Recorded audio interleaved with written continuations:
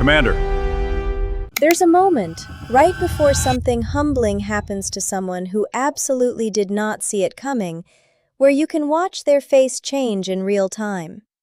I got to hear about exactly that moment from 3 different people who were standing in the same hangar the day it happened, and every single one of them described it almost word for word the same way. A group of instructors looked at a woman barely over 5 feet tall, standing at the edge of a flight line in a flight suit 2 sizes too big because nobody had bothered to find one that actually fit her, and one of them said, loud enough for her to hear, "That's cute. Somebody go find her a real cockpit." 40 minutes later, a 2-star general walked straight past every single one of those instructors, stopped in front of her, and said one word that ended that conversation permanently. Commander. If you love stories about arrogance getting exactly what it deserves, hit subscribe before we go any further, because this channel is basically built around moments like this one.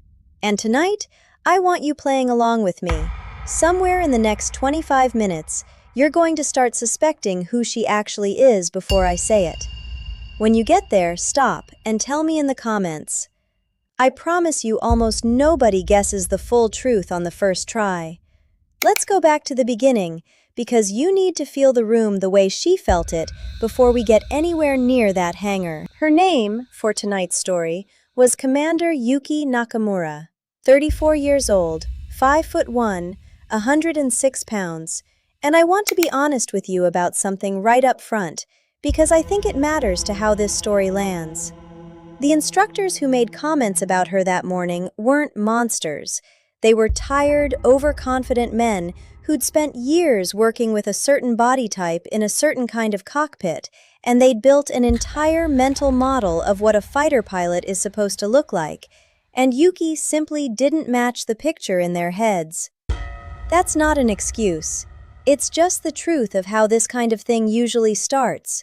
Not with hatred, with assumption. She'd arrived that morning for what was supposed to be a routine evaluation flight, part of a broader joint exercise bringing together pilots from a handful of allied programs to test compatibility across different aircraft systems and training standards. Nobody at that particular hangar had worked with her before. Nobody had read her file closely enough to know anything beyond her name and her assignment. All they had was what they could see standing in front of them, and what they saw, filtered through years of assumption about what capability is supposed to look like, was someone they'd already, quietly, decided didn't belong there. The comment about the flight suit wasn't even the worst of it, if I'm honest with you. It was the tone underneath everything that followed for the next half hour. The sideways glances, the exaggerated patience in how one instructor explained pre-flight procedures to her like she might not have encountered a checklist before. The quiet, unspoken decision among that little cluster of men that whatever happened next, they already knew how it was going to go. Yuki said almost nothing through all of it. Didn't argue, didn't correct them. Just answered the questions she was asked, completed the checks she was assigned, and moved through the morning with the specific, unhurried calm of someone who has been underestimated so many times in her career that the sting of it has worn down into something closer to background noise. I want you to sit with that for a second, because I think it's one of the more quietly devastating parts of this whole story. She wasn't shocked by any of it. She'd clearly done this before. Here's a question I want you carrying with you while we keep going tonight, because I think it matters more than it sounds like it should. How much of what we assume about someone's capability is actually about them, and how much of it is just a story we've built in our own heads about what competence is supposed to look like from the outside? Hold on to that. We're going to need it in about 10 minutes. What none of those instructors knew, because it simply wasn't the kind of thing you could tell from looking at her, was that Yuki Nakamura had spent nearly 12 years building one of the most technically decorated careers in her entire program, a career built specifically around exactly the qualities her small frame had, ironically, made her uniquely suited for. She'd trained extensively in advanced tactical flight roles that rewarded precision, reaction speed, and an unusually high tolerance for the physical stress of high-G maneuvering, a tolerance that, as it happens, sometimes correlates more strongly with smaller body mass than with the larger, more physically imposing builds that culture had quietly decided looked more like a fighter pilot. She'd flown some of the most demanding advanced intercept missions her program had on record, missions that had, over the years, earned her a reputation among the people who'd actually flown alongside her as one of the sharpest tactical minds in her entire cohort. And she'd done all of it, according to people who trained with her, with almost exactly the same quiet, understated demeanor she was showing that morning in that hangar, never loud about her own capability, never needing to be, because her flying had always done the talking for her. None of that traveled with her into that room. All those instructors saw was someone who looked, to their eyes, considerably smaller than the picture they already had of who belonged in that cockpit. And so they laughed, quietly, confidently, the way people laugh when they're completely certain they already understand a situation they haven't actually bothered to examine. The exercise that morning was supposed to be fairly routine, a compatibility evaluation flight, assessing how effectively pilots from different programs could integrate into a shared tactical scenario. Nothing especially dramatic on paper. But routine training exercises, as you've probably noticed if you've watched enough of these stories, have a habit of turning into something considerably less routine right around the moment somebody's assumptions are about to get tested. About 20 minutes into the exercise, a genuine complication emerged, the kind that wasn't scripted into anyone's plan for the day. A rapid, unexpected shift in the exercise's simulated threat environment, combined with a real, unplanned mechanical anomaly in one of the other participating aircraft, created a scenario considerably more demanding than what the morning's briefing had prepared anyone to handle smoothly. The pilot flying that compromised aircraft found himself managing a genuine technical problem while still trying to keep pace with a training scenario that had suddenly gotten a great deal harder. And for a few tense minutes, the coordination between the various aircraft in that exercise started to fray in exactly the way that, in a real combat scenario, gets people hurt. Yuki, flying her assigned position in that exercise, was the first pilot to correctly identify what was actually happening with the compromised aircraft, reading the pattern in its movement with a speed and precision that, according to the exercise's flight recorder data reviewed afterward, none of the other pilots involved had managed nearly as quickly. She adjusted her own flight path immediately, without waiting for instruction, repositioning in a way that both protected the compromised aircraft's most vulnerable approach and simultaneously kept the broader exercise from collapsing into total disorganization. Over the following several minutes, Yuki effectively became the stabilizing center of an exercise that had briefly threatened to spiral into genuine confusion. Coordinating movement between the remaining aircraft with a precision and calm that, according to two instructors who reviewed the recordings afterward, was frankly some of the cleanest tactical improvisation either of them had seen from a pilot at any experience level in a long time. The compromised aircraft made it through the remainder of the exercise safely. The broader scenario recovered its structure, and the whole thing wrapped up roughly 12 minutes later than scheduled, but without anything close to the disaster it had briefly threatened to become. Word of what had actually happened during that exercise moved through the base considerably faster than anyone flying it that morning would have expected. And it moved, as these things often do, straight to the desk of the two-star general overseeing the broader joint program that exercise was part of. A man who, as it turned out, had a considerably more detailed understanding of exactly who Yuki Nakamura was than anyone standing in that hangar earlier that morning. He'd worked with her before, years earlier, on an assignment considerably more sensitive than anything that hangar's instructors had any reason to know about. He'd relied on her tactical judgment during a period that he would later describe, in front of an entire room of people, as one of the more technically demanding stretches of his own career.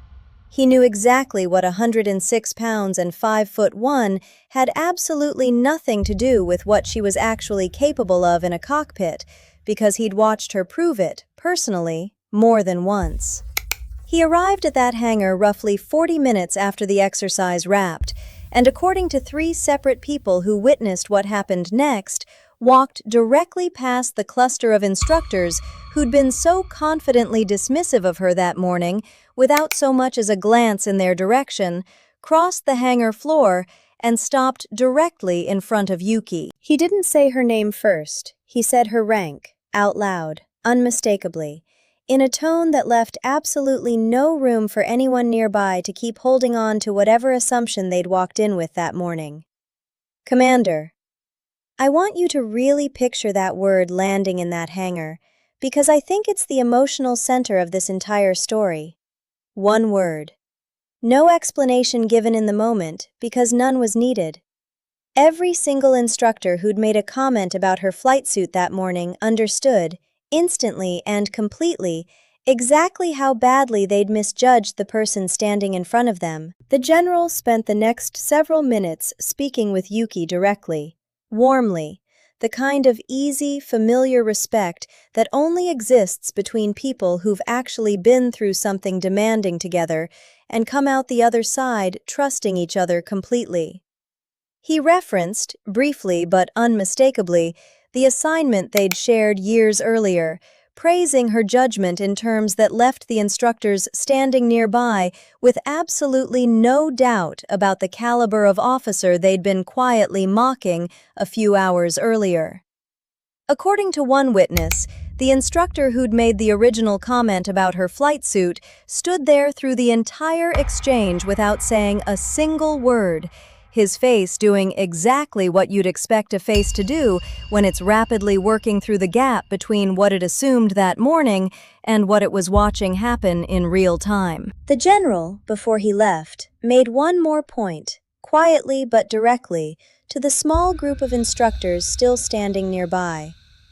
He didn't lecture them at length. He didn't need to. He simply said that he hoped, going forward, they'd remember that the size of someone's frame has never once told you anything reliable about the size of what they're actually capable of, and that he'd flown with plenty of people who looked exactly like what everyone expects a fighter pilot to look like, and who weren't half as good in a cockpit as the woman they'd just spent the morning underestimating. Word of the entire exchange spread through that base with the particular speed that stories involving a general publicly correcting a room full of instructors tend to travel. By the following day, Yuki Nakamura's name was, for entirely different reasons than that morning, one of the most talked about names on that base for the remainder of the exercise. Yuki herself, from what people who worked with her afterward described, didn't lean into any of the attention. She continued through the rest of the joint exercise with the exact same quiet, understated professionalism she'd shown from the very first morning, declining most opportunities to discuss what had happened in the hangar, though she did, when asked directly by a couple of younger pilots on the base, offer a piece of advice that several of them apparently carried with them long after that exercise ended. She told them simply that people are going to look at you and decide what you're capable of before you've ever had the chance to show them, and that the only thing you can actually control is making sure your work speaks louder than whatever assumption they walked in with. What stays with me most about this story isn't really the word the general said in that hangar, dramatic as that moment undeniably was. It's the 40 minutes before it. 40 minutes of a genuinely exceptional officer absorbing quiet, casual dismissal from people who'd decided, based on nothing but a glance, that they already understood exactly what she was capable of. She didn't argue with them. She didn't need to. She let the only thing that's ever actually mattered speak for itself, and when it finally did, it didn't just answer the question. It ended the conversation completely. So here's my question for you tonight. And I want your honest answer in the comments. Do you think assumptions like the ones those instructors made, based purely on physical size, are something that's actually getting better in environments like this one, or do you think it's a bias that's simply gotten quieter without actually going away? And tell me the other thing too. Before I said her rank out loud, had you already guessed that she was going to turn out to be someone considerably more senior than anyone in that hangar realized? If this story kept you here tonight, subscribe before you go, because this channel exists entirely for moments exactly like this one. The ones who get laughed at walking in, and who leave the room completely silent walking out. And if you've got a story like Yuki's, something you've lived through or heard that reminds you of this one, tell me about it in the comments. I read every single one, and some of my favorite stories on this channel started exactly there. Thank you for spending this time with me tonight. I'll see you in the next one.